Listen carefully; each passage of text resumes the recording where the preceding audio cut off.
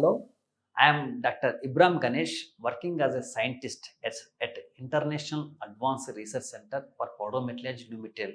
It is called ARCI, Hyderabad. It is a part of Department of Science and Technology, Government of India. So, for the last 16 years, I have been exclusively working to develop technology that can harvest the sunlight to meet the energy needs of the society. When our society becomes master in harvesting solar energy to meet all the energies of the society by using carbon dioxide and water as energy storing materials without any backup from the fossil fuels, then this technology can solve all the problems today our society is facing, including it can make the energy, environment, economy and life sustainable on our only habitable planet Earth. To survive this society on this planet, we have to develop the technologies to harvest the solar energy to meet all the energies of the society. So the present existing silicon photovoltaic solar panels cannot solve the energy needs of the society, and rather they are doing more harm to the environment than they can do the benefit to the environment. Today, two international bodies, IPCC, Intergovernmental Panel on Climate Change, and UNFCCC, United Nations Framework Convention on Climate Change, they are promoting usage of silicon photovoltaic solar panels in a very big way, and to stop the usage of fossil fuels to meet the energy needs of society, because the fossil fuels are generating carbon dioxide that is coming into the atmosphere. They are causing severe global warming and climate change and social cost of carbon.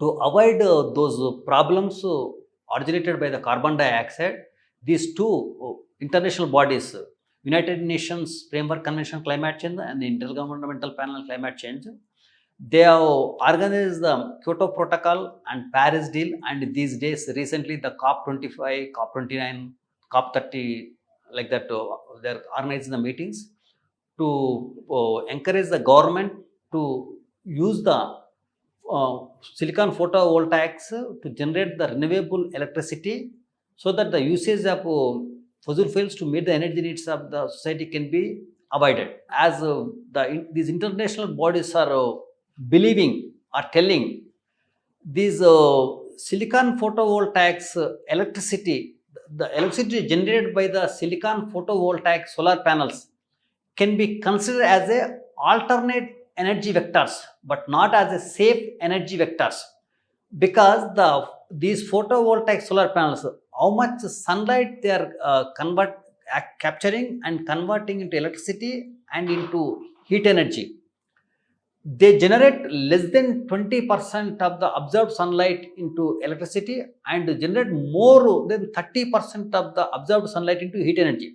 In fact, they generate 30% efficiency heat energy, which is released into the atmosphere, and they generate less than 20% efficiency electricity that is used by the society. So whatever the 10% excess heat energy they are generating, when you compare this 10% heat energy with the heat generated by the carbon dioxide present in the atmosphere by absorbing the heat radiation released by the earth by absorbing sunlight, this 10% is more than several million times than what the carbon dioxide is warming that atmosphere, because the concentration of the carbon dioxide in the atmosphere is around today 421 ppm, 421 parts per million. So its concentration, the carbon dioxide concentration in the atmosphere is million times less than the silicon present in the photovoltaics. The silicon in the photovoltaic, it is 100% silicon semiconductor. That silicon absorbs around 70% of the light falling on the earth surface and 30% of the sunlight that in the between the 1150 nanometer 2400 nanometer wavelength, it won't consider because of its band gap energy. It considers sunlight starting from 290 nanometers to 1150 nanometers. It is accounted for 70% of the light falling on the earth surface. It consists of three ultraviolet light, visible light, and some amount of infrared radiation. When the silicon photovoltaic cell is irradiated with, for example, with 3 electron volts light photon, out of which only 1.1 electron volt equivalent light is converted into electricity, and remaining 1.9 electron volt equivalent light energy is converted into heat energy.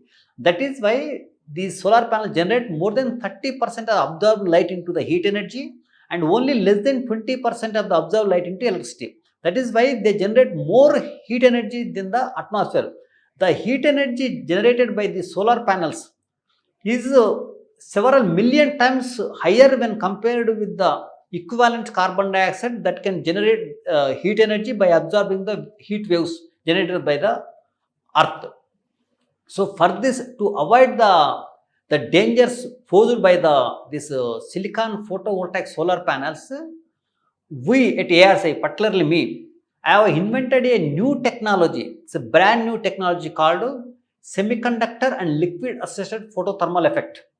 These SLAPE solar panels, they capture the 100% sunlight, and with the help of photothermal effect, the absorbed light is converted into heat energy. That heat energy will be eventually converted into mechanical energy and then into electricity. They use photoelectric effect. It is the limitation of the photoelectric effect. The photoelectric effect, they have to generate the heat energy when they absorb the sunlight. Only photothermal effect can be used to capture the complete sunlight and to convert it to electricity without damaging environment. When photovoltaic solar panels are used, they are bound to generate the heat energy. They use both photothermal effect and photoelectric effect. Photothermal effect is more than 30% efficiency, and photoelectric efficiency less than 20% efficiency. So when you use the conventional silicon photovoltaic solar panels, the heat generated by them has to be trapped and used for the applications of the homes, our domestic applications. So without capturing photovoltaics, and if you release the heat generated by this present conventional silicon photovoltaic based solar panels, released in the atmosphere, they cause more harm to the environment, and when compared with the even the carbon dioxide can cause harm to the society. So suppose when you consider a city, some around 10 square meter area city, if you consider, if every house deploys these photovoltaic solar panels to get the electricity from the sunlight, in the summer season, no family can stay in that city, because in the daytime, almost when you measure the temperature in that area, it will be at least 4 to 5 degrees higher when compared with the area where solar panels are not deployed. Even 1 degree centigrade, our body, when it gets 1 degree centigrade higher, our body cannot tolerate it. When 4-5 degrees centigrade higher than the normal temperature, then our human society cannot accept it. So these solar panels cause very harmful heat waves. Recently in the Delhi, several that birds have died because of the heat waves caused by this photovoltaic. When you compare 4 years or 10 years back, we never used to see such a heat waves in the general cities like Delhi or in Bangalore or anywhere. During the last 10 years, the solar panels are deployed in very large areas. Those solar panels are they absorb the sunlight and releasing so much heat into the atmosphere. That heat is causing very severe heat waves. When we continue to use the solar panels in larger areas and larger cities, after some days, no family can live in that cities. They have to vacate the city and leave that places.